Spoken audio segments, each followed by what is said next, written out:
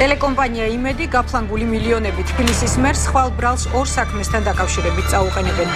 ოპოზიცია პარლამენტს ტოვებს და ხელისუფლებას გიგი უგულავას პოლიტიკურ დევნაში ადანაშაულებს. არ დაუთმოთ თბილისი ბიძინა ივანიშვილს. ასეთია ნაციონალური მოძრაობის ახალი ლოზუნგი. დააკავებენ თუ არა თბილისის მერს, რა გზას დაადგება ოპოზიცია და რას აპირებს ქართული ოცნება. მთავარ კითხვას ელისო ჩაფიძე უპასუხებს. გადაცემის მეორე ნაწილში მთავრობის საქმიანობის შეფასებით ლადო პაპავა გადაცემაში მთავარი კითხვა. ახლა კი გიგი უგულავა პირდაპირ ეთერში აკეთებს სპეციალურ განცხადებას, რომელსაც რა თქმა უნდა ჩვენ ჩავთავთ. შემდეგ დავიწყებთ სტუმრებთან საუბარს.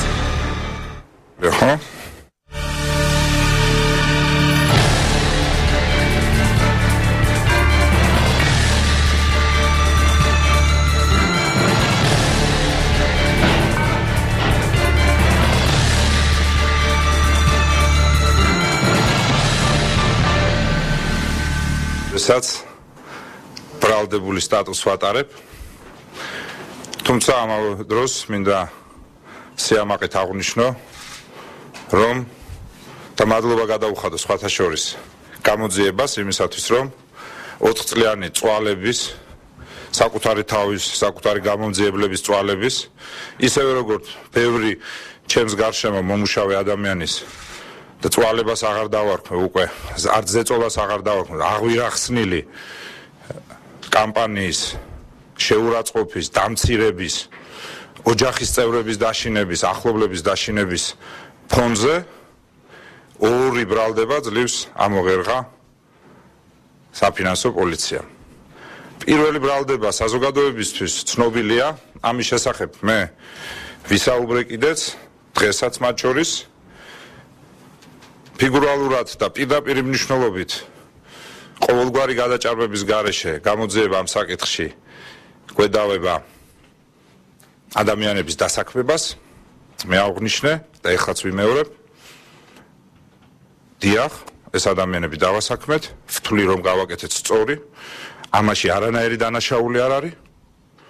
ასევე ვთვლი რომ გამოძიებამ თავის ბნელ და ჩახუთულ ოთახებში ის 700 ქალბატონი, რომელიც დაკითხვაზე მიიტყვანა, ცალმხრივად წარმართა და მე დარწმუნებული ვარ სასამართლოზე თავისუფალ გარემოში იქნება ჩვენებების თავისუფლად მიცემის შესაძლებლობა და გამოჩნდება სრული სიმართლე, მაგრამ ამ დროისთვის შემიძლია კმაყოფილებით აღვნიშნო მხოლოდ ერთი, რომ ამ ეპიზოდში გამოძიება ფულის არა მოპარვას, არამედ ხელფასებად დარიგებას გვედავება, რაც უკვე დიდი მიღწევა სამართლიანობის აღდგენის გზაზე.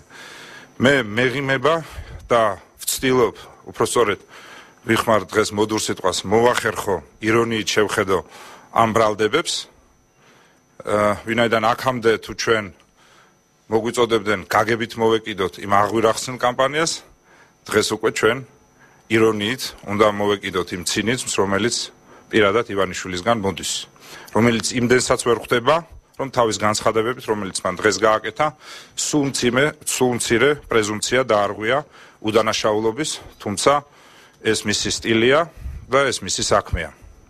მეორე ეპიზოდი საერთოდ მწვერვალია აბსურდის. მე აქაც ვადასტურებ და ვამაყობ იმით, რომ როდესაც მე გავხდი მერი, რიყის ტერიტორია, ქალაქის ცენტრი იყო პარცელებად დაყიდული, დანიავებული, მეცაც გეტყვით, იმის გამო, რომ თბილისის მაშინდელმა სასამართლომაც კი ვერ დააკანონა, ის ოდა რომელიც და ის სახლი რომელიც სამეგრელოდან იყო ჩამოტანილი, სამეგრელოს სასამართლომ დააკანონა მაშინ, ზესტაფონის სასამართლომ დააკანონა ქალაქის ცენტრში, გარკვეული მიწის ნაკვეთი, გურჯაანის სასამართლომ დააკანონა კახურის სახლი, საზოგადოებას ახსოვს ეს ჯერ კიდევ კომუნისტების პერიოდიდან მოყოლებული და შემდეგ იქ ბოსტნებად და ბოსლებად ქცეული ტერიტორია. მე მართლაც ვამაყობ იმით, რომ ჩემი მერობის პერიოდში ეს მარგალიტი ქალაქის ცენტრის დაუბრუნდა ხალხს, არის ხალხის სამსახურში და უამრავი ადამიანი დადის იქ და სეირნობს. ბრალდება აქაც მივიდა იმ დასკვნამდე, რომ ფული თურმე დაკავშირებული გარკვეულ ტრანსაქციებთან წაუღია ჯოზეფ კეის. ტელევიზია იმედი დღეს არის პატარკაცშვილების ოჯახის საკუთრება და ბრალს მიყენებენ მე. ესეც რა თქმა უნდა აბსურდის თეატრის ჟანრია და მე სულ მცირე დეტალებზე ამ მომენტში მხოლოდ იმიტომ ვერ ვისაუბრებ, რომ გამოძიებამ იმდენი პატივიც კი არ დადო საზოგადოებას, მუხლები მაინც დაესახელებინა და არ ეთქვა საზოგადოებისთვის, რომ სხვადასხვა მუხლებით ედება ბრალი ქალაქის მერს. ეს რაც შეეხება იმ ფაქტობრივ გარემოებას, რომელიც ამ ორ საქმესთან დაკავშირებით შემიძლია ვთქვა. მადლობელი ვარ იმისთვის, რომ აღიარეთ, რომ კორუფცია გამოიხატება იმაში, რომ დავარიგეთ ხელფასები და ფული არ წაგვიღია სახში. კორუფცია გამოიხატება იმაში, თურმე ვიღაცა მესამე პირმა რაღაცა წაიღო და აქაც არავინ არ გვედავება იმაში, რომ თურმე რაიმე ვიღაცამ სახში წაიღო და პირადი ცხოვრება მოიწყო. დანარჩენ დეტალებს მე დარწმუნებული ვარ, უკვე სასამართლოს მსვლელობისას ჩვენ გავიგებთ. რიყესთან დაკავშირებით კიდევ საზოგადოებას ერთ დეტალს ვეტყვი და მე თავიდანვე აღვნიშნე, რომ გამოძიება ცალმხრივად მიმდინარეობდა, იმიტომ რომ 2005 წლიდან რაც მე ვარ მერი, მოყოლებული 2008 თუ 9 წლის ჩათვლით, დღევანდელ პრემიერ-მინისტრ ივანიშვილს არაერთგზის ჰქონდა სურვილი დაპატრონებოდა ამ ტერიტორიას. როგორც ჩანს, ეს არის მისი ჰობი, რეკრეაციული ტერიტორიების ფლობა. მან ეს მოახერხა ქალაქის ძველი იპოდრომის ნაწილში, ის მისი საკუთრებაა და მან ეს ვერ მოახერხა რიყეზე, რასაც ის განიცდიდა. ყოველთვის და ეს არაერთგზის მას აღუნიშნავს, როდესაც სანამ პოლიტიკაში წამოვიდოდა. ესეც ის დეტალია, რომელიც სასამართლო განხილვის საგანი შეიძლება იყოს, ამიტომ მე აღარ დავწვრილმანდები ამ დეტალებში და აღარ ჩავალ. ეხლა თავარი საკითხი, რომელიც ჩემის აზრით ნათელს ფენს იმ ზრახვებს და იმ სურვილებს, რაც ივანიშვილს და ქართულ ოცნებას გააჩნია. განსაკუთრებით ბოლო 10 დღის განმავლობაში მიდის გააფთრებული ბრძოლა თბილისის საკრებულოს ნაციონალური მოძრაობის წევრების მიმართ. აღარ დარჩა ადამიანი, ნაცნობი, თუ დამშინებელი, თუ დამყვავებელი, რომელიც ამ ხალხთან არ მიეგზავნათ, მიდის პირდაპირ მნიშვნელობით ტერორი ამ ხალხის მიმართ, იმისათვის, რომ ფრაქცია ნაციონალური მოძრაობა აღმოჩნდეს უმცირესობაში. ეს საზოგადოების თვალწინ მიდის, ეს ყველაფერი ურცხვად ხდება, ეს ყველაფერი დაუფარავად ხდება და შეუიარაღებელი თვალითაც ჩანს. პარალელურად ეს პროცესი, რომელიც დღეს გამოძიებამ წამოიწყო, რომელიც პირადად ჩემ წინააღმდეგ არის მიმართული და რომელსაც მე აბსოლუტური სიმშვიდით ხვდები. დიახ. და მიმაჩნია, რომ კარგია, რომ დროზე ჩამოყალიბდნენ ამ ბრალდებებთან დაკავშირებით. კიდევ მრავალი შეიძლება სხვა ბრალდებას დაუმატონ, მაგრამ რეალური მიზეზი მდგომარეობს იმაში, რომ მათ სურთ მმართველობიდან თბილისის მმართველობიდან ჩემი ჩამოშორება. ეს არის კომბინაციაში საკრებულოს ნაციონალური მოძრაობის ფრაქციის გატეხვასთან პარალელურად, ეს ნიშნავს იმას, რომ ვინმე ან შიხიაშვილის მსგავსი, ან მუსხელიშვილის მსგავსი, ან რაფავას მსგავსი, ან ნებისმიერი სხვა დაინიშნოს პირველ ვიცე-მერად და მათი ჯიბის ოცნებების აღსრულება დაიწყოს თბილისელების ხარჯზე. ამაში მე სიმართლე გითხრათ, ბოლოში მაშინ დავწმუნდი, როდესაც სრულიად უმტკივნეულო საკითხი, მაგრამ უმნიშვნელოვანესი საკითხი ქალაქის ინფრასტრუქტურის ხიდი, რომელიც აქ ვეფხის და მოყმესთან უნდა აშენებულიყო, სრულიად უაპელაციოდ გაუგებარი მიზეზების გამო იყო შეჩერებული. იმდენად დიდია სურვილი პოლიტიკური ძალადობის ივანიშვილის მხრიდან, რომ ხიდზეც კი ის, რომელიც 10 წლეულების მანძილზე უნდა ყოფილიყოს თბილისელების სამსახურში, ამაზეც კი თქვა უარი. ამიტომ სურათი არის ძალიან მარტივი.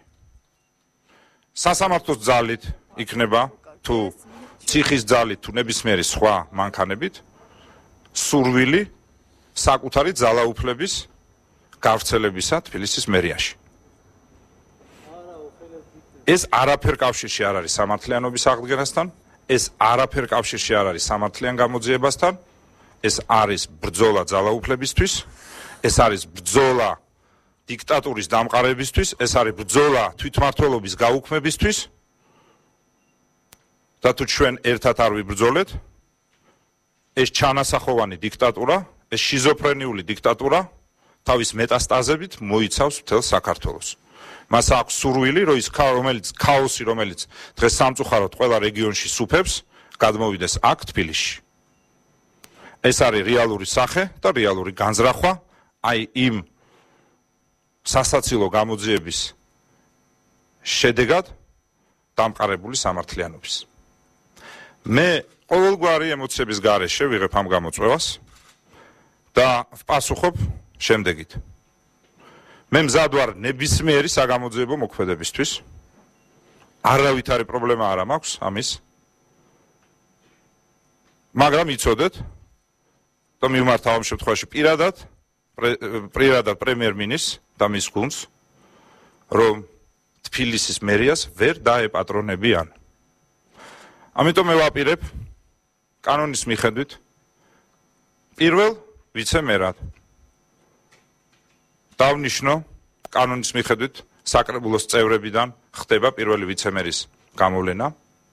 ბატონ დავით ნინიძეს მე ვუხდი დიდ მადლობას და ის გადავა ჩვეულებრივ მოადგილეთ. პირველ ვიცე-მერად დაინიშნება ქალბატონი სევდია უგრეხელიძე და ასევე მე ვთავაზობ მოადგილეობას ბატონ ვანო მერაბიშვილს, რომელსაც დიდი პოლიტიკური გამოცდილების გარდა აქვს ასევე ძალიან დიდი სამეურნეო გამოცდილება იმისათვის, რომ ყველა ის პროგრამა, ყველა ის დაპირება, ყველა ის ინფრასტრუქტურული პროექტი, რომელსაც ჩვენ ვახორციელებთ, განხორციელდეს განუხრელად და მე დარწმუნებული ვარ, ეს ყველაფერი შესაძლებელი იქნება. ბუნებრივია, ეს ყველაფერი განხორციელდება ჩათვალეთ დღეიდან, თუმცა მე დარწმუნებული ვარ, რომ არანაირი სამართლებრივი საფუძველი იმასთან დაკავშირებით არ არსებობს, რომ რაიმე სახით შეიძლება მე ბრალი დამიმტკიცდეს. მე მზად ვარ გამოძიებისთვის, მე მზად ვარ სასამართლოზე წასადგენად, ჩვენ არასდროს არ მოგვითხოვია ინდულგენციები, ჩვენ არასდროს არ მოგვითხოვია შეღავათები, პირიქით, ჩემთვის, როგორც თბილისის არჩეული მერისთვის, მნიშვნელოვანია ერთხელ და სამუდამოდ გაირკვეს სიმართლე და საზოგადოება მიცოდეს სიმართლე, რომ ამ სამართლიანობასთან ბრძოლის ფარდის მიღმა მიდის ჩვეულებრივი ბინძური ბრძოლა ძალაუფლებისთვის. ქალბატონი სევდია საზოგადოება ძალიან კარგად იცნობს. ის იყო ყველაზე ერთგული ადამიანი საქართველოს პირველი პრეზიდენტის. ეს არის ადამიანი, რომელსაც არასდროს არავისთვის არ უღალატია. ეს არის ადამიანი, რომელიც ხელმძღვანელობდა საქართველოში თანხმობის კომისიას, მაშინ, როდესაც ყველაზე მეტად საქართველოს ჭირდებოდა თანხმობა. ეს არის ადამიანი, რომელიც ხელმძღვანელობდა პოლიტპატიმრების განთავისუფლების კომისიას და რაც არ უნდა ძნელი ყოფილიყო მისთვის შევარდნაძის რეჟიმთან საუბარი, მან ეს წარმართა იმისათვის, რომ გამოეხსნა ციხიდან მართლა პოლიტპატიმრები, სხვათაშორის რამდენიმე მათგანი დღეს უმრავლესობაშია და პირდაპირ მნიშვნელობით აპრავებს აი ამ უკანონობას და პოლიტიკურ რეპრესიებს, რომლებიც დღეს საქართველოში ხდება. ეს არის ადამიანი, რომელმაც გაუძლო ყველა გამოწვევას და მე დარწმუნებული ვარ, ჩემთან, ჩვენ გუნდთან ერთად, საკრებულოს ნაციონალური მოძრაობის ფრაქციასთან ერთად გაუძლებს ამ გამოწვევასაც და ღირსებით შეძლებს წარუძღვეს ყველა იმ პროცესს, თუ ამისი საჭიროება დადგა. თუ თავისუფლების გზა გადის ომზე, თუ ჩემი ქვეყნის თავისუფლების გზა გადის ომზე, მე მზად ვარ ვიყავი ომში და მზად ვარ კიდევ წავიდე ომში. თუ ჩემი ქვეყნის თავისუფლების გზა გადის ციხეზე, მე ასევე მზად ვარ წავიდე ციხეში. თუ ჩემი ქვეყნის თავისუფლების გზა გადის სიკვდილზე, მე ასევე მზად ვარ წავიდე ამაზე. მაგრამ შიზოფრენიულ, გიჟურ, ჩანასახოვან დიქტატურას მე არასდროს არ შევეგუები. დიდი მადლობა.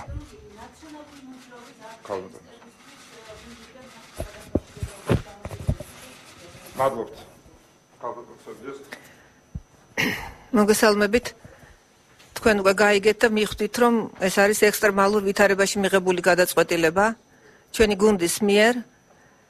მე რომ გითხრათ, რომ დიდი ხალისით ვარ ამაზე თანახმა, ამასაც მიხვდებით, რომ ეს ნამდვილად ასე არ იქნება, მაგრამ რა კი საჭიროა, რა კი კოლეგებმა ასე გადაწყვიტეს და ისინი თვლიან, რომ მე ამას შევძლებ, მე ამის გამო განვაცხადე თანხმობა. ამის საფუძველი არის, რა თქმა უნდა, ისიც, რომ მიმუშავია ქალაქ თბილისის მერიაში მიწის მართვის განყოფილებაში და აქედან გამომდინარე მერის მუშაობა მთლიანად, იმიტომ რომ ეს არის სისტემა, ჩემთვის ნაცნობია, ჩემთვის ცნობილია. ასევე მე გახლავართ მესამე მოწვევის, მესამე უკვე ქალაქ თბილისის საკრებულოს წევრი და აქედან გამომდინარე მერის მუშაობა და მისი ბიუჯეტის განაწილება და მისი პრიორიტეტები ჩემთვის ცნობილია.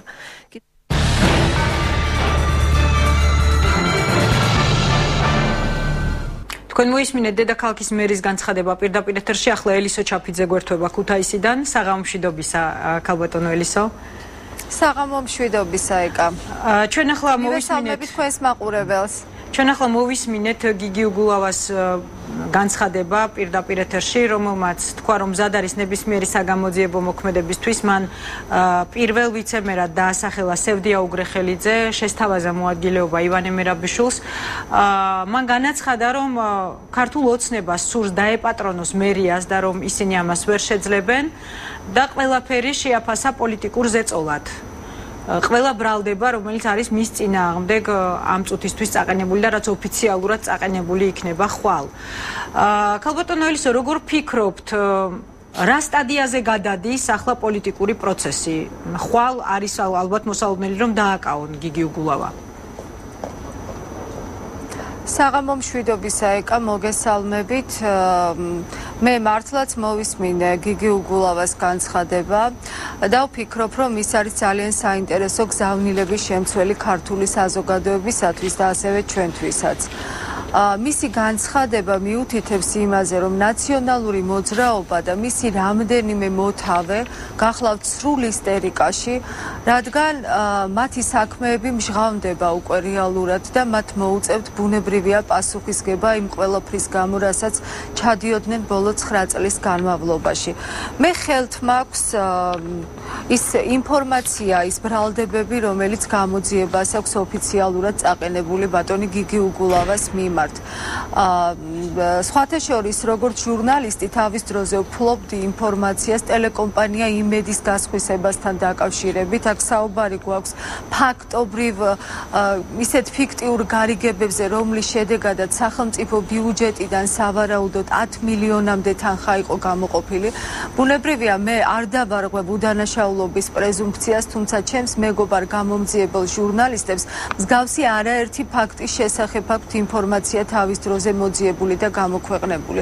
ამიტომ ამ საღამოთ მე რასაც ველოდებოდი პოლიტიკოსისაგან, რომელსაც გაცნობიერებული აქვს საკუთარი პასუხისმგებლობა თავისი თანამდებობის გამო, იმის გამო, რომ გიგი უგულავას დღეს უჭირავს პოსტი, რომელზეც თავის დროზე დიმიტრი ყიფიანი თავკაცობდა ქალაქ თბილისს, მე ველოდებოდი მისგან განცხადებას, როგორც თუ კი ის იქნებოდა კეთილსინდისიერი პოლიტიკოსი, თუმცა კეთილსინდისიერი პოლიტიკოსებს 14 მილიონის მახინაციების გზით დახარჯვაზე ბუნებრივია ვერ წაუყენებენ ბრალს.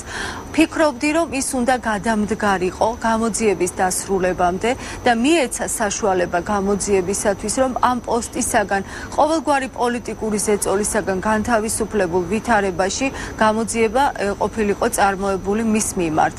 ამის ნაცვლად გიგი უგულავა მოიქცა ისე, როგორც იქცეოდნენ ნაციონალური მოძრაობის წევრები წლების განმავლობაში, როდესაც მათ პირად კეთილდღეობას ექმნებოდა რაიმე საფრთხე. ის წავიდა ისტერიკაზე, ის წავიდა სიტუაციის გამწვავებაზე და მე მოვისმინე მისი განცხადება, როგორც ყოფილ ჟურნალისტს, სხვათა შორის ჩემგან განსხვავებით ბატონი გიგი წარუმატებელი ჟურნალისტი იყო. მე მინდა მას შევახსენო, რომ მოწოდება ომისა და ძალადობისაკენ გახლავთ 1954 წელს ჟურნალისტთა ფედერაციის მიერ მიღებული ქცევის წესების წინააღმდეგ წასვლა და მით უმეტეს სახელმწიფო მოხელემ არ შეიძლება გააკეთოს განცხადება, რომ თუ საჭიროა ომში წასვლა თავისუფლების დასაცავად, ის წავა ომში. რისკენ არის ეს მოწოდება ქართული საზოგადოებისათვის? რისკენ მიუთითებს გიგი უგულავა? რისკენ მიგვითითებს ვანო მერაბიშვილი, როდესაც 19 აპრილის აქციას აანონსებს? მე ვიცი, რომ ამ აქციაზე მაქსიმუმ 200-300 ადამიანი შეიძლება მივიდეს და მათ დაითვალონ ერთმანეთი თავიანთი თანამოაზრეები, თუმცა აი ჩემს ხელთ არსებული მონაცემებით 764 აქტივისტი ჰყავდა მას გაფორმებული ქალაქ თბილისის მერიაში, რომლებმაც 4 მილიონზე მეტი რაოდენობით თანხა მიიღეს წინასაარჩევნოდ და ეს ითვლება თანაბარი გარემოს შესაქმნელად. რაც შეეხება დასახელებულ კანდიდატურებს, მე ქალბატონ ფიქრია უგრეხელიძეს ვიცნობ დიდი ხანია, დიახ, ვეთანხმები იმას, რომ ის არის პატიოსანი ადამიანი და ბევრი რამ გააკეთა თავის დროზე ზვიად გამსახურდიას მომხრეების დასაცავად, თუმცა ამავე დროს მინდა აღვნიშნო, რომ სამწუხაროა, რომ ქალბატონი ფიქრია ხდება ამ ბინძური პოლიტიკური თამაშების მსხვერპლი და ბოლო გაბრძოლებისა ნაციონალური მოძრაობის მხრიდან თავიდანაირიდან პასუხისმგებლობა. პირველი მცდელობა იყო მაშინ, როდესაც მათ შემოიტანეს კანონპროექტი ეკონომიკური ამნისტიის შესახებ და ზოგადად 14 მილიონი თუ კი პიროვნებას აქვს თურმე მითვისებული, რადგან ის ნაციონალური მოძრაობის წარმომადგენელია, ეს მას უნდა ეპატიოს და არ აგოს პასუხი. მაშ ვინ უნდა აგოს პასუხი იმ ადამიანების უბედურებაზე, რომლებიც დღეს უსახლკაროდ არიან დარჩენილი დევნილებისათვის გაფლანგულ თანხებზე, იმ ადამიანების სიცოცხლესა და ბედზე, რომლებიც უწამლობით დაიღუპნენ წლების განმავლობაში. და აქვე სხვათა შორის მინდა ერთ ჩემთვის ძალიან მტკივნეულ თემას შევეხო. ეს გახლავთ სოციალური დახმარებები, რომელზეც ამდენ ლაპარაკობს ნაციონალური მოძრაობა და პრეზიდენტი თითქოს მასურ საკუთარი ფონდიდან გადაუხადოს ამ ადამიანებს თანხა, ვისაც ეხლა მოეხსნა სოციალური დახმარება. პირველ რიგში მინდა გავაკეთო განმარტება, რომ იმ შემთხვევაში თუ კი ადამიანების შემოსავლები რეალურად მხოლოდ ერთჯერადი იყო და მათ მხოლოდ ერთი თვის განმავლობაში მიიღეს ანაზღაურება, მათ უნდა დაწერონ შესაბამისი განცხადებები და ეს გახლავთ კიდევ ერთი საბოტაჟი ქართული ოცნების ახალი ხელისუფლების მიმართ. რადგან ჩვენ რეალურად სამინისტროებში სწორედ მახინჯი კანონმდებლობით და მახინჯი ქულების სისტემით მიმდინარეობს ამ ადამიანებისათვის სოციალური სტატუსის ჩამორთმევა და დახმარების შეჩერება, რომელიც დაგვიტოვა ნაციონალურმა მოძრაობამ და რაც მოითხოვს ძალიან სასწრაფოდ, როგორც გამოძიებას, ასევე რეაგირებას და ასევე სამართლიანობის აღდგენას. ქალბატონო ელიზო, რაც შეეხება ფინანსურ სქემებს, გიგი უგულავამ ვრცლად ილაპარაკა იმის შესახებ, რომ მას ბრალს უყენებენ არა ფულის გაფლანგვის გამო, ან იმის გამო, რომ ფული წაიღო სახლში, არამედ იმის გამო, რომ ის გასცემდა არიგებდა ხელფასებს. ძალიან მოკლე იყო მისი კომენტარი ტელეკომპანია იმედთან დაკავშირებით და ჩემი აზრით ყურადსაღები. მან ასეთი რამ თქვა, იმედი არის ოჯახის ხელში და ედავებიან გიგი უგულავას. რას ნიშნავს ეს კომენტარი? ასე თუ ისე როგორ გადაიფორმა თავის დროზე მაშინდელმა ხელისუფლებამ იმედი, არის მეტნაკლებად ცნობილი, მათ შორის თქვენც როგორ ჟურნალისტი ფლობდით ამის შესახებ ინფორმაციას, ნაკლებად არის ჩვენთვის ცნობილი, როგორ დაბრუნდა ოჯახის ხელში იმედი. რა შეგიძლიათ თქვათ ამის შესახებ? ჩვენ ვიცით, რომ ბატონმა გიორგი არველაძემ თავად შესთავაზა უკან გადაფორმება მის ხელთ არსებული პროცენტებისა, სხვათა შორის თავის დროზე, როდესაც ჩვენ ვკითხეთ და გამოვიკვლიეთ, როგორ აღმოჩნდა იმედის აქციების 45% რა თანხის საფასურად გიორგი არველაძის ხელში, მისი პასუხი იყო ძალიან არადამაჯერებელი და ბუნებრივია გამომძიებელმა ჟურნალისტებმა შეისწავლეს, რომ ეს იყო ფიქტიური გარიგება ფაქტობრივად და მე ალბათ ვფიქრობ, ამითაც გამოძიება დაინტერესდება და მოიკვლევს ამ ფაქტს საფუძვლიანად. დღეს აღდგენილია სამართლიანობა, დიახ, იმედი დაუბრუნდა ოჯახს, მაგრამ მე ვერ ვხედავ, რომ დღემდე დაისაჯა ვინმე იმ ადამიანთაგან, რომელმაც იარაღის ძალით 2007 წელს 7 ნოემბერს ჟურნალისტებს პირდაპირ კონდახებით ემუქრებოდნენ და მათ შორის იყვნენ ფეხმძიმე ქალები. იმედი მაქვს, რომ სტრასბურგი მაინც ოდესმე მიიღებს ამ საქმესთან დაკავშირებულ გადაწყვეტილებას. მე არაფერი არ შემიძლია დღეს ვთქვა, ჩავერიო სამართალდამცავი ორგანოების კომპეტენციაში, თუმცა როგორც პოლიტიკური ძალის ლიდერი მოვითხოვ ყველა ეს ფაქტი იყოს გამოძიებული და დამნაშავეებმა აგონ პასუხი.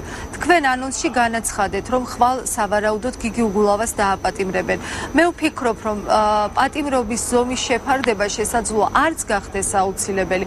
უბრალოდ გამოძიება უნდა მივიდეს ბოლომდე უგულავასთან დაკავშირებით და აუცილებლად მან უნდა აგოს პასუხი, თუნდაც ფინანსურად იმ სქემების შექმნისათვის, იმ დანაშაულებრივ სქემაში მონაწილეობისათვის, თუ კი რა თქმა უნდა დადასტურდა, რასაც მას ედავებიან, იმიტომ რომ პოლიტიკური პარტიისადმი კუთვნილება არავითარ შემთხვევაში ჩვენ არ გვაძლევს იმის უფლებას, რომ სახელმწიფო სახსრები გავფლანგოთ, გამოვიყენოთ საკუთარი პოლიტიკური მიზნებისათვის, ან რაიმე არასწორი ფორმით მივმართოთ ის მით უმეტეს სატელევიზიო არხის ხელში ჩასაგდებად და ჩვენ სისტემატიურად ვხედავთ ასეთი ტიპის საბოტაჟს ქართული სახელმწიფოს მიმართ. პარლამენტი დატოვეს. ეს გრძელდება სამწუხაროდ, გრძელდება ყოველდღიურად გრძელდება. ისინი ისე ებრძვიან საკუთარ სამშობლოს, როგორც თითქოს მართლაც რაღაც წარმოსახვით მტერთან აქვს საქმე. ქართული ოცნება რომ არ მოსულიყო 1 ოქტომბრის შემდეგ ხელისუფლებაში, ჩვენი ზოგადად სახელმწიფოს არსებობა დადგებოდა კითხვის ნიშნის ქვეშ, იმიტომ რომ რაც უფრო ღრმად ვიხედები მოვლენებში, უკეთესად ვხედავ, რომ ქართული მიწების ზოგადად კუთვნილების საკითხი, ქართული სახელმწიფოს არსებობის საკითხი, ენის, მამულისა და სარწმუნოების შენარჩუნების საკითხი იდგა რეალურად ეჭვის ქვეშ, მაგრამ დღეს ისინი ისევ აგრძელებენ ამ დანაშაულებრივ საქმიანობას და მე უბრალოდ არ შემიძლია ამასთან დაკავშირებით არ ვესაუბრო ქართულ საზოგადოებას, რომ ეს არის ძალიან სახიფათო თამაში. როგორც კი მათ დასჭირდათ, იწყებენ 1991 წლის მოვლენებზე აპელირებას, მოაქვთ გარკვეული პარალელები, საუბრობენ ომში წასვლაზე, საუბრობენ თავგანწირვაზე. ეს ყველაფერი არაფერია თუ არა ისტერიკაში ჩავარდნილი და კუთხეში მიყენებული ადამიანების რეაქცია. მე იმედი მაქვს, რომ მათ ეყოლებათ მრჩევლები, რომლებიც მისცემენ რჩევას, რომ არ შეიძლება რამდენიმე პიროვნების საქმიანობას, პოლიტიკურ ამბიციებს გადავაყოლოთ ჩვენი ქვეყანა, გავაღვივოთ სამოქალაქო დაპირისპირება. ჩვენ ვიღებთ პასუხისმგებლობას იმაზე, რომ ეს არ მოხდება, მაგრამ მე მოვუწოდებ პრეზიდენტ სააკაშვილს, თბილისის მერ გიგი უგულავას, რომ შეწყვიტონ ცეცხლთან თამაში, შეწყვიტონ მტრების ხატების შექმნა საკუთარ სამშობლოში და ნუ გაურბიან პასუხისმგებლობას იმის გამო, რაც ჩაიდინეს წლების განმავლობაში. საქმე ეხება უკვე ძალიან მაღალი თანამდებობის პირს და ეს ხდება იმ ვითარებაში, ქალბატონოვილისო, როდესაც თქვენ ვერ შეთანხმდით, ხელისუფლება ვერ შეთანხმდა ოპოზიციასთან იმ საკონსტიტუციო ცვლილებაზე, რომლის თანახმადაც პრეზიდენტს შეუძლია თავისი სურვილის მიხედვით დაითხოვოს და თუ კი მას პარლამენტი არ დათანხმდება, შემდეგ დანიშნოს მთავრობა. როგორ ფიქრობთ, არის თუ არა რისკი აი ამ ვითარებაში, როდესაც უკვე თბილისის მერის პასუხისმგებლობაზეა მიმდგარი საქმე? რომ პრეზიდენტი გამოიყენებს თავის უფლებამოსილებას. პრეზიდენტს შეუძლია თავისი უფლებამოსილება გამოიყენოს აპრილში, ბუნებრივია, ჩვენ მას ვპირდებით, რომ ნაციონალური მოძრაობა დაკარგავს იმ მოკრძალებულ შედეგებსაც, რომელიც დღეს მას აქვს პარლამენტში, იმიტომ რომ ძირითადი პრეტენზიები, რაც მე მოსახლეობის მხრიდან ჩვენს მიმართ მესმის, ეს არის სწორედ, რომ რატომ არ ვახშობთ ჩვენ იმ აგრესიულ რიტორიკას, რაც მოდის ნაციონალური მოძრაობის მხრიდან პარლამენტში, მათ წევრებს სჭირდებათ ლამის არის ქუჩაში გავლის გამო საგანგებო დაცვის გამოყოფა მაშინ როდესაც მე მინდა გითხრათ რომ ძალიან თავისუფლად დავდივარ საქართველოს ნებისმიერი რაიონის ნებისმიერ ქუჩაში და არანაირი პრობლემა გარდა იმისა რომ მოქალაქეებთან შეხვედრა გვიწევს გასაუბრება ახსნა განმარტება არ გაგვაჩნია ბუნებრივია ასე რომ მე არ ველოდები სამოქალაქო დაპირისპირებას ბუნებრივია საბედნიეროდ მაგრამ ისევ იმისათვის რომ არ გართულდეს პროცესები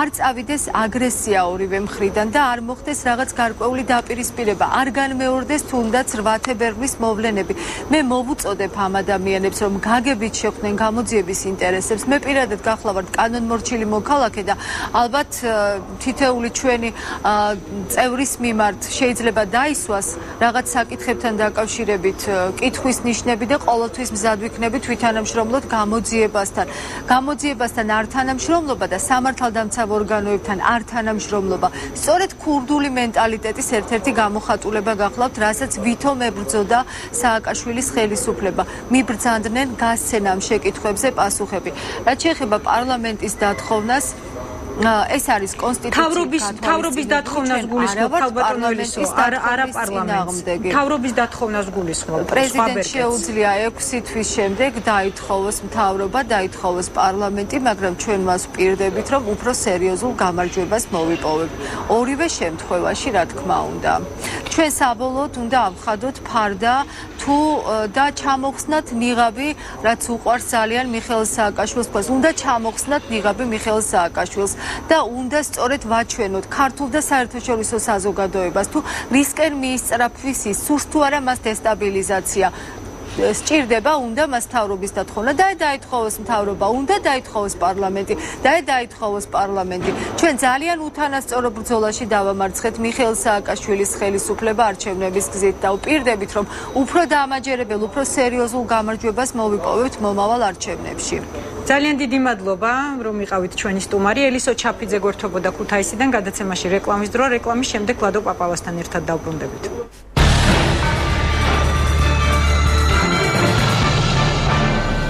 თავარ კითხვას ლადო პაპავა უპასუხებს საღამოშიდობის ბატონო ლადო საღამოშიდობის რა პროგნოზის გაკეთება შეგიძლიათ შექმნილ ვითარებაში ბრალს უყენებენ ხვალ დედაქალაქის მერს ნაციონალური მოძრაობა ემზადება ბრძოლისთვის ისინი წამოვიდნენ ქუთაისიდან დატოვეს პარლამენტი ადანაშაულებენ ხელისუფლებას პოლიტიკურ დევნაში კეთდება მძაფრი განცხადებები როგორ შეაფასებთ ამ ვითარებას და როგორ ფიქრობთ როგორ განვითარდება პროცესი მოდით ასე ვთქვათ იცით ნაციონალური მოძრაობა იბრძვის თვითგადარჩენისათვის და თუ მეტიც გამოუვა რატომაც არა მაგრამ ერთი მომენტი არის რაც ყველამ უნდა ვიცოდეთ ახლა ნამდვილად არ მინდა უდანაშაულობის პრეზუმპცია დავარღვიოთ თუნდაც ამ ეთერში მაგრამ ერთი რამე არის რომ თუ კი არსებობს რაღაც ეჭვი ამ ეჭვთან დაკავშირებით ხდება ადამიანის დაკითხვა და შემდეგ თუ ეს ეჭვი არის იმ დონის რომ მოხდეს მისი დაკავება და შემდეგ ხდება სასამართლოს მიერ გადაწყვეტა და სასამართლო გადაწყვეტ იმას ვის რა შეეფარდას ხოლო ის რომ ქუთაისიდან დაიძრა ნაციონალური მოძრაობა ბევრს არაფერს არ ნიშნავს ეს დამთავრდა საპარლამენტო სესიები ახლა მოდი შაბათი კვირა და მოდიან თბილისში თუმცა მიზეზად მათ დაასახელეს მიზეზად ეს დაასახელეს და მე მესმის მათ ისინი ცდილობენ მაქსიმალურად შეეკრან ერთ მუშტად აჩვენონ ძალა რომ რაღაცას წარმოადგენენ სულტყულა ხوار დაპირდა ვანო მერაბიშვილი რომ თურმე დიდი საპროტესტო აქცია უნდა ჩაატაროს 19 აპრილს ახლა ისიც გავიგეთ რომ თურმე ვიცემერის სტატუსს მიიღებს და ასე ვთქვათ ემზადებიან იმისთვის რომ გარკვეულად საზოგადოებას ის მაინც უჩვენონ უცხოელებსაც რამდენად ძლიერები არიან ასე რომ ეს არის მცდელობა მათი მხრიდან გარკვეულად შეინარჩუნონ თავისი სახე, თავისი პარტია, თავისი პირები, რომლებიც ხშირ შემთხვევაში ალბათ მაინც კრიმინალები არიან, რომ ისინი არიან თითქოს დევნილები. გუშინ თქვენ ეთერში ყავდათ საქართველოს ვიცე-პრემიერი ბატონი მარგველაშვილი და მან თქვა ძალიან საინტერესო რამ. წარმოიდგინეთ რა იქნებოდა რომ გაემარჯვოთ ნაციონალებს, რა დევნა იქნებოდა ქართულ ოცნებას და მიმხარდაჭერებს. აი ეს უნდა ახსოვდეს თვითონ ჩვენ მოქალაქეს. რომ დარჩენილი იყო ნაციონალური მოძრაობის მთავრობა რა ბედის წინაშე აღმოჩნდებოდა თითოეული ჩვენთაგანი. თქვენი ტელევიზია პირადად თქვენ როგორც ჟურნალისტი თითოეული ჩვენი ამ არხის მაყურებელი, თქვენი მონამორჩილი. ამიტომ ნურანაერად მუშევადარეთ იმ ბოროტებას, რასაც ჩადიოდა ნაციონალების კრიმინალური მთავრობა და იმას რაც ხდება დღეს, თუ არის დანაშაული, რა თქმა უნდა, ამაზე უნდა შესაბამისად ჩატარდეს გამოძიება და სასამართლომ მიიღოს შესაბამისი გადაწყვეტილება. მაგრამ ახლავს თუ არა საშიშროებები აი ამ პროცესს, რომელიც დღეს მე მგონი გადავიდა სხვა სტადიაზე, ან ხვალიდან გადავა, როდესაც უკვე რეალურად ბრალის წაყენება მოხდება. პრეზიდენტს გააჩნია ბერკეტი მთავრობის დათხოვის და საკონსტიტუციო ცვლილებას ამასთან დაკავშირებით ვერ მიაღწია ქართულმა ოცნებამ მოლაპარაკება დამთავრდა ამ ეტაპზე არაფრით. იცით რა, აქ ჩემთვისაც არის რამდენიმე კითხვა პასუხგაუცემელი, იმიტომ რომ ჯერ კიდევ დეკემბრის თვეში კეთდებოდა განცხადება ქართული ოცნების ლიდერების მხრიდან, რომ მათ არანაირი პრობლემა არ აქვს მიიღებდნენ შესაბამის გადაწყვეტილებას. მე აღმოჩნდა რომ თურმე ხმები არ ყოფნით, მე წავიდა რაღაც მოლაპარაკებების პროცესი, ამას დაემთხვა ჩემთვის აბსოლუტურად გაუგებაა რატო არ ჩაუშვეს პრეზიდენტი ქუთაისში. ანუ რაღაც ისეთი მომენტების წინაშე დგავართ, როდესაც უბრალოდ არის ბევრი კითხვა, რომელზეც არ არის პასუხი. შეუძლია თუ არა ამის გაკეთება პრეზიდენტს. კონსტიტუციიდან გამომდინარე შეუძლია მთავრობა როცა უნდა მაშინ დაითხოვოს, ხოლო არჩევნებიდან 6 თვის თავზე ჯერჯერობით კონსტიტუციის ცვლილება არ შესულა, მას პარლამენტის დათხოვნის უფლებაც აქვს და თუ ეს რამდენჯერმე მოხდება, რომ ახალ მთავრობას მას პარლამენტი არ დაუმტკიცებს, მერე შეუძლია პარლამენტი დაითხოვოს, დანიშნოს დროებითი მთავრობა და მთავრობა ჩაატარებიოს არჩევნები. ეს ერთ-ერთი სერიოზული ვერსია, უბრალოდ აქ რა შეეცეთ საქმე, რაც თვითონმა ჩვენმა თანამოქალაქემ კარგად უნდა გააცნობიეროს. იმიტომ რომ ასეთი ვადამდელი არჩევნების შემთხვევაში მაინც არანაირი შანსი არ აქვს ნაციონალურ მოძრაობას, მაგრამ მე ვშიშობ, რომ ეს არ გადაიზარდოს სამოქალაქო დაპირისპირებაში. რისი დიდი საფრთხეც არსებობს და რაც რა თქმა უნდა ნაციონალურ მოძრაობას პრინციპში აწყობს.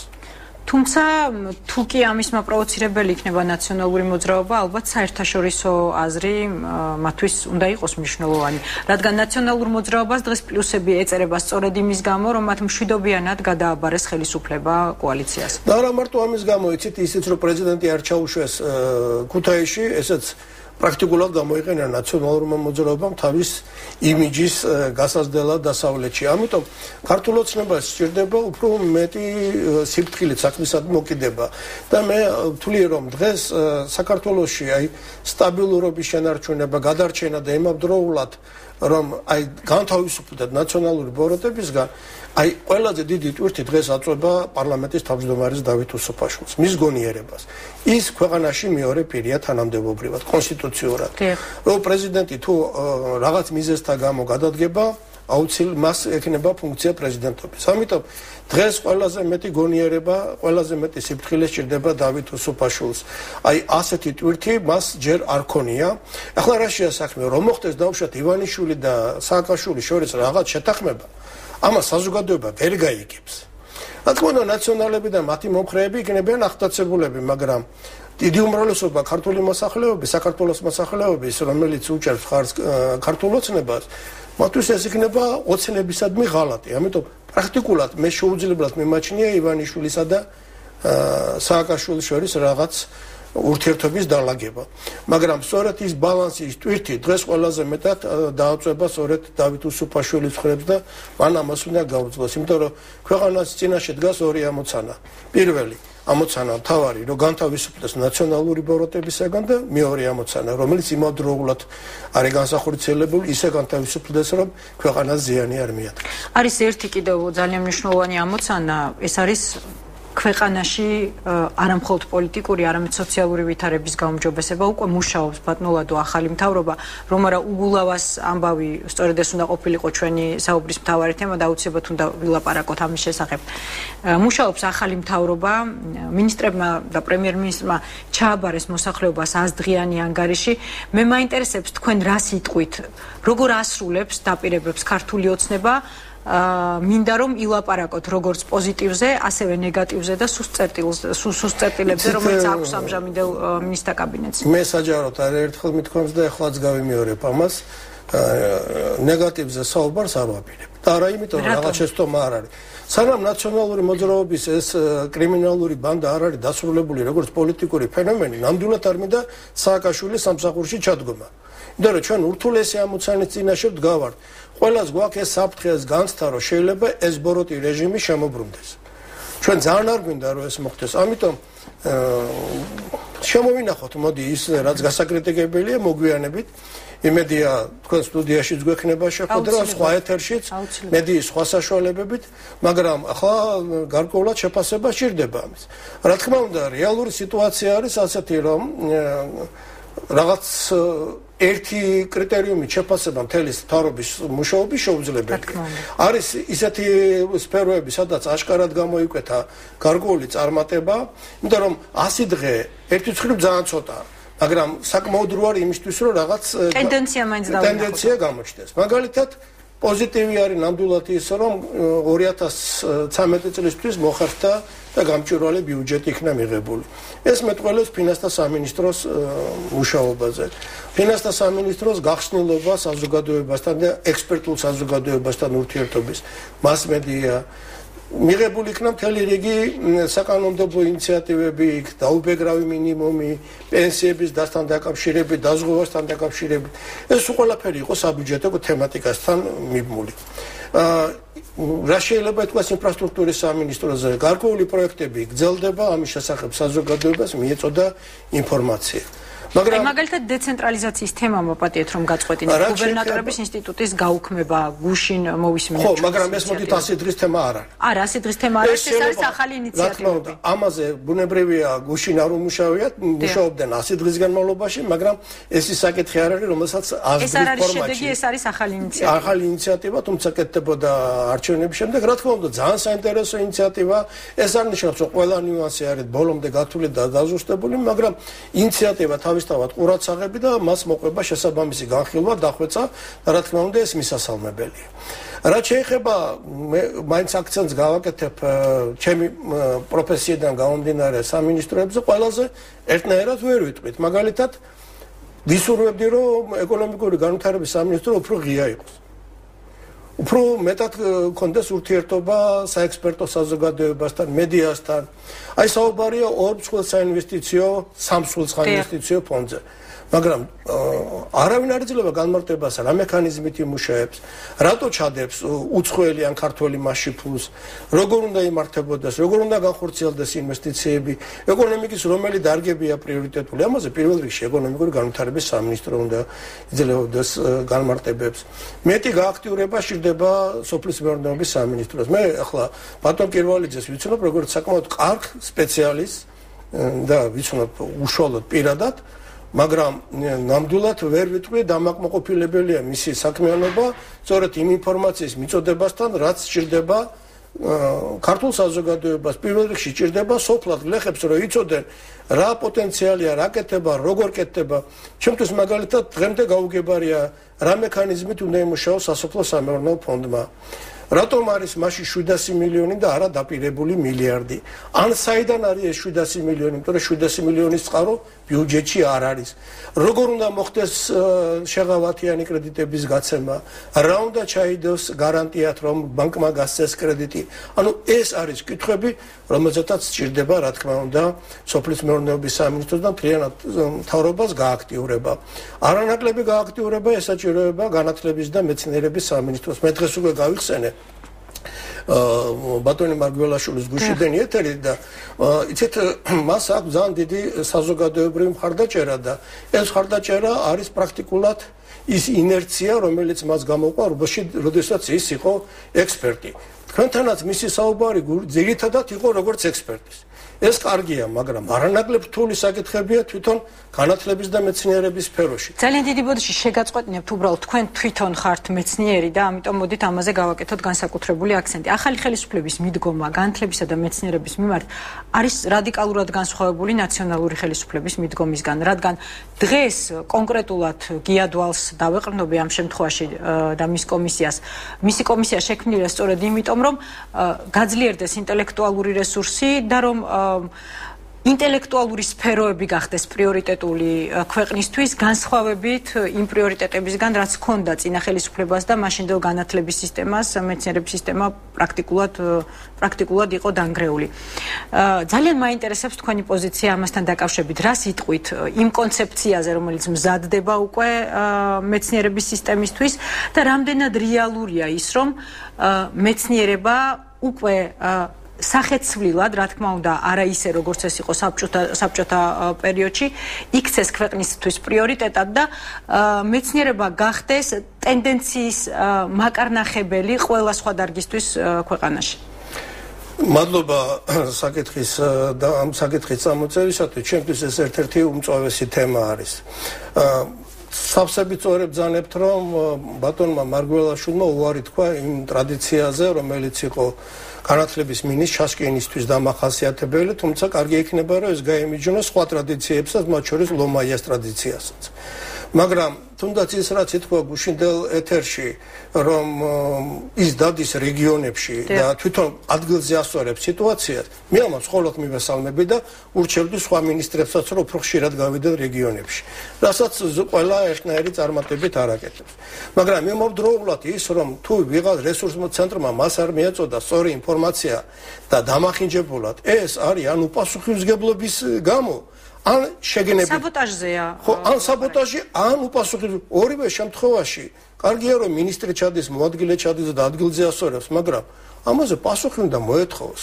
ნამდვილად არ გულისხმობ იმას, რომ ვინც ეს გააკეთა, იმ წამსა თანასამსახური დაატოვებიო, მაგრამ რაღაც ადმინისტრაციული სასჯელი მან უნდა მიიღოს. ეს უნდა გახდეს სისტემისთვის ცნობილი, რომ ასეთ დარღვევის შემთხვევაში, ასეთი გადასწრომის შემთხვევაში, თუნდაც უპასუხისმგებლობის შემთხვევაში, მას პასუხი მოეთხოვება, წინააღმდეგ შემთხვევაში სისტემაში წესრიგის დამყარება რთული იქნება. მე მივესალმები იმას, რომ ამ 100 დღეში ერთ-ერთი უმნიშვნელოვანესი, რაც განათლების და მეცნიერების სამინისტრომ წამოაჭრა, ეს არის, რომ უმაღლეს სასწავლებლებში 14 სპეციალობა დაფინანსდება ბიუჯეტიდან. ეს სერიოზული მიღწევაა, იმიტომ რომ ჩვენ მთელი რიგი სპეციალობები როგორც ასეთი დავკარგეთ. დავკარგეთ ბევრი ფაქტორის გამო, ერთი დაფინანსების სისტემის გამო და ამიტომ დაფინანსების სისტემა არის აუცილებელი და მეორე იმ მავნე დამანგრეველი უნივერსიტეტებისთვის დამანგრეველი პრაქტიკის გამო, როდესაც ხელოვნურად მოხდა გაერთიანება ფაკულტეტების. ესე იგი, რას უბრუნდებით? ერთი ფილოსოფია როცა იყო მეცნიერება და სხვა დანარჩენი მერე გამოიყო, დაახლოებით ამ ტიპის რეფორმა განახორციელა თავის დროზე ლომაიამ, როდესაც დავუშვათ შექმნა საბუნებისმეტყველო ფაკულტეტი. შეიძლება ქვეყანას ჰქონდეს ფიზიკა, მექანიკა, მათემატიკის ფაკულტეტი, ფიზიკის ფაკულტეტი, ბიოლოგიის, ქიმიის, ეს დაანგრიოდა ერთ ფაკულტეტად. აქციურ სტუდენტმა არ იცოდეს რას აბარებს, სად აბარებს და ვინ უნდა გამოვიდეს. ქიმიკოსი, ბიოლოგი თუ მათემატიკოსი. ეს არ შეიძლება და ეს იყო უდიდესი შეცდომა. ანუ მიდგომა შეეთანხმებით ახალ ხელისუფლებას. ეხლა რაც შეეხება დვალის კომისიას. ეს ეგრეთ წოდებული დვალის კომისია, იმიტომ რომ ეს ასეთი უკვე განათლებისა და რეფორმის ნარატივი გახდა. ოფიციალური სახელი, მაგრამ ამ კომისიასთან დაკავშირებით არის 4 ფენა საკითხებით. პირველი ფენა გახლავთ ფორმალური, მეორე შინაარსობრივი, მესამე ზნეობრივი და მეოთხე ორგანიზაციული. ფორმალურ მხარეს თუ ავიღებთ, მე შევეცადე მომეძებნა ნორმატიული აქტი, რომლის საფუძველზეც ეს კომისია არის შექმნილი. ხალხადურ ეკა არ არსებობს ასეთი თურმე ნორმატიული აქტი. საინტერესოა, აუცილებლად გავაკითხავ. ანუ ყოველ შემთხვევაში ჩემამდე ეს დოკუმენტი მე ვერ მოვიძია. ანუ ის აქტი, რომლის საფუძველზეც პრემიერ-მინისტრი ან განათლების მინისტრი გამოსცემდა თავის ბრძანება, სადაც იქნებოდა რისთვის იქნება კომისია, რა მოცანებია, რა გასაკეთებელი, რა ვადებში და რა შემადგენლობის არის, ასეთი აქტი არ არსებობს. უფრო მეტიც სამი დოკუმენტი გამოქვეყნდა და მესამე დოკუმენტს დაერქვა განათლების და მეცნიერების რეფორმის კომისიის საინიციატივო ჯგუფი. რისი საინიციატივო ჯგუფია თუ კომისია არსებობს? ეს კომისიის საინიციატივო ჯგუფია თუ რეფორმის საინიციატივო ჯგუფია? ესეც გაუგებარი არის. ანუ პრაქტიკულად ერთი რამ უნდა ითქვას, რომ ბატონ დვალის სახელთან დაკავშირებული კომისია შეიძლება ითქვას, თუ ეს მართლა დადასტურდება იმას, რასაც ახლა თქვენ ეთერში ვიძახი, რომ ასეთი ნორმატიული აქტი არ არსებობს, გამოდის, რომ არც კომისია არ არსებობს. მოვიძიებთ აუცილებლად. ანუ ვალდებულება ამასთან დაკავშირებით არ არსებობს. ახლა მეორე ფაქტია რომ მუშაობენ ისინი და მუშაობენ, მაგრამ ასე შემიძლია მე შევკრიბო ხვალ რაღაცა ჯგუფი და დავიწყო მუშაობა. მაგრამ ამას ნუ გავეიგივებ სახელმწიფო კომისიასთან. თუ კი არ არსებობს ასეთი აქტი. მეორე ფორმალური საკითხი. შეიძლება ეს ფორმალურია, რომელიც შინაარსობრივში გადადის. თქვენ წაგიკითხიათ ეს დოკუმენტები? კონცეფციები წამიკითხავთ. და გაიგეთ რა წერია? ფანტასტური ქართულით, უცხოპლანეტელების დაწერილი. ასე იგი ქართული, რომელიც არ იკითხება, გეგონება აცრილი არიან ქართულზე.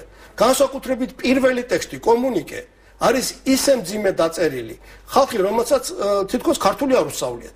ეს უნდა ითქვას, იმიტომ რომ თუ ჩვენ გვაქვს პრეტენზია, რომ განათლების და მეცნიერების რეფორმაზე ვსაუბრობ და რაღაცას ვთავაზობ, ტექსტი მაინც უნდა იყოს სამიანზე დაწერილი ქართული შედგენილი. მაგრამ ტენდენციას და შინაარსს ახლა შინაარსზე გადავიდეთ. შინაარსი ძალიან საინტერესოა. მე ვეთანხმე თქვენ ეთერში ხშირად. განსაკუთრებით, რადგან ძალიან ბევრი დრო არ გვაქვს მეცნიერებასთან დაკავშირებით, მეცნიერების კონცეფციასთან დაკავშირებით. სამი პრინციპია ჩადებული ამ კონცეფციაში, რომელიც წარმოადგინა ბატონმა დვალმა, თქვენ ეთერში ხშირად ყოლიათ, რომელიც სამივე არის აბსოლუტურად სწორი. აკადემიური დამოუკიდებლობა, აკადემიური მიუკერძულებლობა და აკადემიური ხარისხი. ეს არის აბსოლუტურად სწორი. მაგრამ როგორ უნდა იქნეს ეს მიღწეული? გვთავაზობენ ძალიან საინტერესო მოდელს, თენუარის მოდელი. აი ქართული რო არ ხერხებათ, ეს ბარბარიზმი რო შემოიტანეს, თენუარი დაწერე. თენუარი სიტყვა და რუსი. ქართველმა უნდა თქვას თენუარი. თუმცა გიადვალი თენუარს ამბობს. ხო, მაგრამ ტექსტში არის თენუარი. ახლა თენუარზე როცა არის საუბარი, ძვირფასო მაყურებლებო რომ გასაგები იყოს რაზეა ქართულად რო გითხრათ საუბარია შემდეგ რამეზე რომ თუ მეცნიერი არის აღიარებული გამოჩენილი და მას აქვს გარკვეულად ამის დადასტურება საერთაშორისო დონეზე მას შეიძლება დაიკავოს ის თანამდებობა რომელიც არის მუდმივი საერთაშორისო კონკურს და მისი შემოსავალი არის გარანტირებული. თუმცა არის მთელი რიგი კრიტერიუმები იმისთვის რომ ეს ამადის დაკავება სისტემა სწორია, მაგრამ ახლა მოდით ერთი ნიუანსი. არ არსებობდა საქართველოში ახალია, არა ბატონებო, თენუარი არსებობს. თენუარის სისტემა არის სწორედ საქართველოს მეცნიერებათა ეროვნული აკადემია, ან საქართველოს სოფლის მეურნეობის მეცნიერებათა აკადემია. სადაც როცა კაცს აირჩევენ, სიცოცხლის ბოლომდე მას აქვს ეს სტატუსი აკადემიის წევრის და სიცოცხლის ბოლომდე მას ის იღებს გარკვეულ სარგოს. ანუ თენუარის პრინციპი არსებობს. თავარია ის რაც არსებობს, რამდენად ადეკვატურია იმისი, რასაც გვთავაზობს დვალის კომისია. ბევრ რამეში მსგავსება, იმიტომ რომ აკადემიაში არჩევაც ცხადდება საჯაროდ ვაკანსია, წარდგენა ხდება მეცნიერების მიერ, წარდგენილი პირის შერჩევა ხდება მხოლოდ საჯარო განხილვების შემდეგ, დაუცილებელია უცხოეთიდან რომ მოდიოდეს შეფასებები. ანუ ეს ყველაფერი დღეს არსებობს. თუმცა ის რასაც თავაზობ დვალის კომისია, იქ უკეთესად უფრო დეტალურად არის გაწერილი და ძალიან კარგი, ანუ ნუ გვეგონება რომ თენუარი არ არსებობს. ეხლა ბატონო ძალიან დიდ ბოდიშს გიხდით, უნდა გაგაწყვეტნოთ მცირე ხნით, რადგან საინფორმაციო ანონსის დროა, რამდენიმე წუთში ისევ გავაგრძელებთ საუბარს.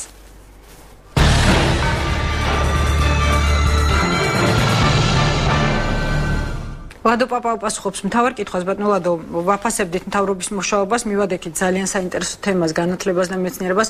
სამწუხაროდ ამ ფორმატში არ არის დისკუსია, ძალიან საინტერესო იქნებოდა თქვენი მოსმენა დისკუსიის ფორმატშიც. ალბათ გამოგეხმაურებიან კონცეფციის ავტორები და ასევე განათლების სამინისტროდანაც.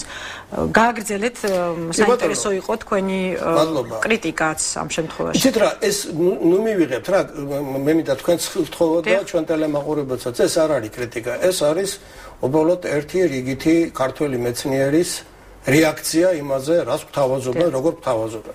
ამიტომ ყველაფერს თავის სახელი უნდა დაერქვას. ესე იგი, ჩვენ გვაქვს თენუარის სისტემა, მაგრამ ის არის დასახვეწი და გასაუმჯობესებელი. ეს ერთი.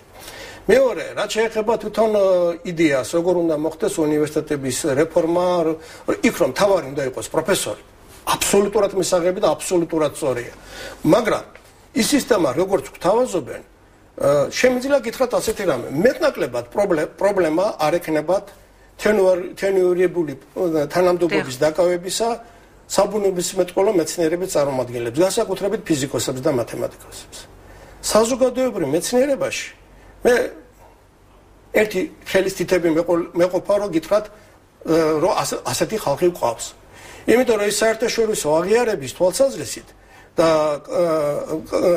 მხოლოდ რამდენიმე კაცი, ანუ ჩვენ რა გვეყოლება თენიურებული პროფესორები ძირითადად საბუნებისმეტყველო დარგებში, ხოლო არ გვეყოლება საზოგადოებრივი მეცნიერების დარგებში. ეხლა რა სათქმდება მეცნიერის დამოუკიდებლობის პრინციპის დაცვა. ყველაზე დიდი ზეწოლა სწორედ საზოგადოებრივი მეცნიერების ხალხი წარმოადგენს, იმიტომ რომ ისინი პოლიტიკური მეცნიერებებს ასწავლიან, ეკონომიკური მეცნიერებებს ასწავლიან, სოციალური მეცნიერებებს და იქ არის ყველაზე დიდი საფრთხე პოლიტიკური ზეწოლის. თორე საბჭოთა კავშირი რო არსებობდა, მაშინაც არც ფიზიკოსებს და არც მათემატიკოსებს პრინციპში არ უჭირდათ საზღვარგარეთ ურთიერთობა, სტატიების გაგზავნა, დაბეჭდვა, კონფერენციებზე სიარული, ლექციებით მიწვევა, თუ კვლევით ცენტრებში მიწვევა. საბუნებისმეტყველო დარგებში სხვა სიტუაცია, ხოლო საზოგადოებრივი მეცნიერების დარგებში სწორედ ის აკადემიური დამოუკიდებლობას ქართველი პროფესორა როგორც წესი სამწუხაროდ ვერ მიიღებს. ხაზი მინდა გავუსვა, არ ვლაპარაკობს საკუთარ თავს. ყველაზე ნაკლებად საკუთარ თავზე ვლაპარაკობ. რაც შეეხება მეცნიერების ორგანიზებას. სწორია ის, რომ მეცნიერებაც უნდა იყოს დამოუკიდებელი და ვეთანხმები ამ კონცეფციას, რომ შეიძლება ინსტიტუტები იყოს როგორც უმაღლეს სასწავლებელში, შეიძლება იყოს დამოუკიდებლად, მაგრამ აბსოლუტურად გამორიცხავენ ისინი ამ ინსტიტუტების არსებობას მეცნიერებათა აკადემიის შემადგენლობაში. რომ ეს იქნება საბჭოური ტიპის მეცნიერებათა აკადემიის რადგან იყო რაღაცნაირად დისკრედიტირებული ეს ინსტიტუტი. ხალბატონიკა, მოდით ასე ვთქვათ, მე დღეს არ ვიცნობ საქართველოში არც ერთ სერიოზულ მეცნიერს, რომელსაც უნდა საბჭოთა ტიპის მეცნიერებათა აკადემიის აღდგენა. ეს არის არარსებული პრობლემაზე, თქვია, ტვინის შყლეტა. ხო გეუბნებით, მე არც ერთ სერიოზულ მეცნიერს არ ვიცნობ. როგორც აკადემიის წევრს, ის აკადემიის მიღმა მეცნიერებს, რომელსაც ამის აღდგენა უნდა. ასეთი ბრიყვები და პრიმიტივები თითქოს ვიღაცას ამის გაკეთება არ არის ასე საქმე. მაგრამ თურმე ეს ინსტიტუტები შეიძლება გაერთიანდეს რაღაც ხოლგის ქვეშ. კი ბატონო, ძალიან კარგი, მაგრამ ხოლგა ხო არსებობს. ხო გითხარით, რომ თენუარის პრინციპით არის მეცნიერებათა აკადემია. თუ მეცნიერებათა აკადემიაში თენუარის პრინციპი დასაზუსტებელია, დასახვეწია, დავხვეწოთ. მაგრამ მე უყურებ სხვანაირად. თვითონ ინსტიტუტებმა უნდა გადაწყვიტონ, სად უნდათ იყვნენ მათმა სამეცნიერო კოლექტივებმა, უნივერსიტეტებში, კი ბატონო, განათლების და მეცნიერების სამინისტროში, კი ბატონო, მეცნიერებათა აკადემიის კოლექტივ, მათ უნდა მიიღონ ეს გადაწყვეტილება და ეს იქნება სწორი. მე იცით თვითონ აკადემიის ასეთ თქვათ აუგად მოხსენება უნდა გვამწყდება რომ ამ აკადემიის ისტორია დაკავშირებულია ნიკო მუსხელიშვილთან, ილია ვეკუასთან და არ ვაგრძელებ. მე მგონი ამას არ უყოფს არავინ. და ახლა თანამედროვე აკადემიას რა არ აყავს სახელოვანი პრეზიდენტი, კაცმა არ იცის ვინ არის თამაზ გამყრელიძე როგორც მეცნიერი ხას უსვამ ამას. და როგორც ახლა საზოგადო მოღვაწეები დიდი ხანი არ არის რაც შოთა ნადირაშვილი გარდაიცვალა. ვინმას ეჭვეპარებოდა მის მოხალხეობრივ პოზიციაში თუ დღეს პარლამენტშია ბატონი ვანო კიღურაძე. ან თუნდაც თქვენი მონამორჩილი, რომელიც ამ აკადემიის წევრია 16 წლის განმავლობაში, როდესაც ხელისუფლების საქმე გვიკეთებია, ისე რომ დაუშვათ გვიღალატია წესიერებისთვის, ინდისისთვის. ასე რომ ასე მარტივად ყველას ერთ ქვაბში მომოვაქცევთ, არ არის ეს მართალი. რაც შეეხება პრინციპს, რომ თურმე მეცნიერის გარშემო უნდა შემოიკრიფოს ინსტიტუტი, არის ეს პრინციპი აპრობირებული, მარკს პლანკის ინსტიტუტი სწორედ ამ პრინციპით არის აგებული, მაგრამ ამის ასე ვთქვათ, გაფეთის შეფასած უნდა მოვახდეთ. თორე რა შეიძლება მოხდეს იცით? საქართველოში 1-3-4 ფიზიკის ინსტიტუტი კონდეს, 1-3-4 მათემატიკის ინსტიტუტი კონდეს და საერთოდ არ კონდეს სიტყვაზე ვთქვათ, სამართლის ინსტიტუტი, ეკონომიკის ინსტიტუტი და მთელი რიგი დარგების. აი თუ ჩვენ ქვეყანა ვართ და ჩვენ გვაქვს პრეტენზია რომ ვართ ქვეყანა და გვინდა სრულფასოვანი ქვეყანა ვიყოთ, ჩვენ უნდა გქონდეს მეცნიერება. შეიძლება ყველაზე დიდი მეცნიერება ვერ გქონდეს იმ მარტივი მიზეზის გამო, რომ ამის ფინანსები ქვეყანას არ აქვს. მე მგონი აქ ემთხვევა აშკარად. რა თქმა უნდა, მაგრამ არ ემთხვევა რაში პრინციპის მოსაზრებები. ჩემი პრინციპი არის ასეთი. არ შეიძლება არსებობდეს მეცნიერები მსხვილი დარგი რო არ გქონდეს ინსტიტუტი. და რას ქვია? იყოს გამოჩენილი მეცნიერი, მან თქვა შემოიკრიბოს რამდენიმე ეს და რო წარადგინოს დაუშვა თავის წინადადებები, მისამართი რა მიუმართოს, რა მიუთითოს, ესა სახლის მისამართი? ანუ ინსტიტუტი უნდა არსებობდეს, იმიტომ რომ ყველაზე მძიმე პერიოდშიც კი არც ერთ ამ ინსტიტუტს განსაკუთრებით ისეთ ინსტიტუტებს, როგორც არის გინდათ მათემატიკის ინსტიტუტი, ფიზიკის ინსტიტუტი, ესენი სულ იყო ფლაგმანი ქართული მეცნიერების. სულ ახლა გამორჩეული სკოლა გვაქვს ფსიქოლოგიის ინსტიტუტის სახით, მაგრამ დაანგრია ახლა გიგიტალიზაცია. არის საუბარი ეკონომიკის ინსტიტუტი, რომელსაც მე წარმოვადგენ, ყველაზე მძიმე წლებშიც საერთაშორისო დონეზეც გადიოდა, კონფერენციებსაც ატარებდა, ჟურნალებსაც გამოსცემდა, მაგრამ შეიძლება ახალი კრიტერიუმით, რომელსაც ვთავაზობ, ეს ინსტიტუტი არ იყოს, წარმოგიდგენიათ, ქვეყანა ვითარდებოდეს, რომ ეკონომიკის ინსტიტუტი, ან სამართლის ინსტიტუტი ქვეყანას არ ეს იქნება პრინციპული შეცდომა. ეს რაც შეეხება შინაარსობრივს. რაც შეეხება ახლა ზნეობრივ მხარეს. მე ნამდვილად გითხარით, რადგან კომისია არ არის გაუგებარია მისი შემადგენლობაც. მაგრამ ჩემთვის არის აბსოლუტურად მიუღებელი, როდესაც მისი წევრი გახლავთ ბატონი დავით ლორთქიფანიძე. აკადემიის წევრი. ეს არის კიდეც ერთ-ერთი ავტორი მეცნიერების შესახებ კონცეფციის. და რომელმაც სახელმწიფო ჯილდო 26 მაისს 2010 წლის მას შემდეგ რაც რამდენიმე საათის წინ დაარბიეს უდანაშაულო მოსახლეობა, როდესაც დაიღვარა სისხლი, იქ ჩამოიკიდა სახელმწიფო ჯილდო. ეს თქვენი პირადი აზრია? ეს პირადი აზრი არ არის. ამას განიცდის მთელი ქართული. არაეთიკურია? ამას განიცდის მთელი ქართული საზოგადოება. მე პირველად არ ვიძახი ამას ეთერით, то ყოველთვის ვიტყვი, იმიტომ რომ კიდევ ამ კაცმა უნდა გვასწავლოს ჩვენ როგორ მოვაწყოთ მეცნიერება. აღარ ვაგრძელებ ამ თემას. და ბოლოს რაც ყველაზე მნიშვნელოვანი არის, ორგანიზაციული. თუ კომისიას არ აქვს სტატუსი, თუ ის არის გარკვეულად განყენებული სამინისტროსგან, რეფორმა ხო სამინისტრომ უნდა გააკეთოს. დაუშვათ სამინისტრომ რაღაც ისე ვერ გააკეთა. რა პასუხისგებლობა მოეთხოვება კომისიის წევრებს, განსაკუთრებით კომისიის იმ სახელოვან წევრებს, რომლებიც საქართველოში არ არიან. იმიტომ რომ იცით თავარი არ არის, თუმცა თუ კი გიადვალს გულისხმობთ, ის ჩამოდის საქართველოში. ძალიან კარგი რომ ჩამოდის, მაგრამ მე მისთვის ამ კითხვის დასმა შეიძლება უპრობლემოდ. მე იცით რა პასუხისგებლობა არ არის, პასუხისგებლობა რეალურად აქვს ორ სტრუქტურას საქართველოში. განათლების და მეცნიერების სამინისტრო და პარლამენტის განათლების და მეცნიერების კომიტეტი. სამინისტრო მუშაობს კიდეც კომისიასთან სინქრონში ბატონო ლადოშესაბამისად, რა თქმა უნდა, შეგვიძლია ვილაპარაკოთ ძალიან კონკრეტულ პასუხისგებლობაზე. მე არ მინდა გამეორდეს ის, რაც გაკეთდა 2005 წლებში. იმიტომ რომ იცით 2000-იანი წლების დასაწყისში იყო მეცნიერთა ჯგუფი, რომელსაც აკადემიკოსი ვანო კიღურაძე ხელმძღვანელობდა და ძალიან სწორი მიდგომა იყო, რომ ინსტიტუტები უნდა იყოს საჯარო სამართლის იურიდიული პირის სტატუსის მქონე. მაგრამ ლომაიამ ეს გამოიყვანა, რომ ინსტიტუტები აკადემიიდან წამოიყვანა და შემდეგ უნივერსიტეტში შეიყვანა და ეს სტატუსი ჩამოართვა. ანუ შენ შეიძლება შესთავაზო ძალიან კარგი წინადადება, მაგრამ თუ შენ თვითონ არ ახარ მონაწილე პროცესის, ვერ აკონტროლებ ამ პროცესს. ამიტომ ძვირფასო მეგობრებო, რომ ასე ვთქვათ, გარკვეულად შევაჯამო ჩემი ეს. უნდა დავასრულოთ ნამდვილად დროის დეფიციტის გამო. შემიძლია ერთი რამე გითხრა. მთელი რიგი მოსაზრებები არის საკმაოდ ადეკვატურად ჩამოყალიბებული, სწორი. უბრალოდ არ იკითხება და ტვინი უნდა იჭრიტო რა გაიგო. სწორია აკადემიური დამოუკიდებლობა, მიუკერძოებულობა და ხარისხი, სწორია თენუარის პრინციპი, მაგრამ ასე შაბლონით ბრმად გადმოღებით შეიძლება ჩვენ გამოგვივიდეს უარესი რა.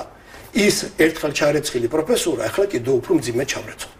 მე იმედი მაქვს რომ გამოეხმაურებიან ახლა თქვენს მოსაზრებებს როგორც კომისიის წევრები და კონცეფციის ავტორები, ასევე განათლების სამინისტრო და ბუნებრივია სიამოვნებით დაუთმობ მათ ეთერს. კიდევ ერთხელ ვნანობ იმას, რომ არა მაქვს დისკუსიის ფორმატი, ძალიან საინტერესო იქნებოდა. უღრმესი მადლობა. მადლობა. მთავარ კითხვას ლადო პაპაო პასუხობდა, მეორე შაბათამდე გემშვიდობებით, სასიამოვნო შაბათს და კვირას გისურვებთ.